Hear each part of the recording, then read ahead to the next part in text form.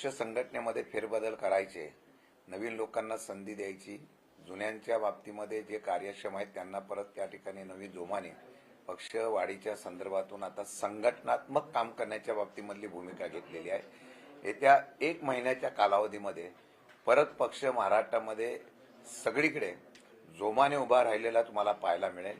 जे पक्षाच्या पदाचं फक्त पद घेतलेलं आहे पण कार्यरत नसतील त्यांना बदलून पक्षाच्या माध्यमातून चळवळीतून आता आंदोलनाची भूमिका घेऊन घेणारे कार्यकर्ते हे उभे करणार आहोत। तसंच 2029चं विजन डोळ्यासमोर ठेवून त्या ताकदीचा असलेला पदाधिकारी यांना आजपासूनच तशा प्रकारची ताकद देऊन पुढे वाटचाल करण्याची दिशा ही आम्ही ठरवतोय।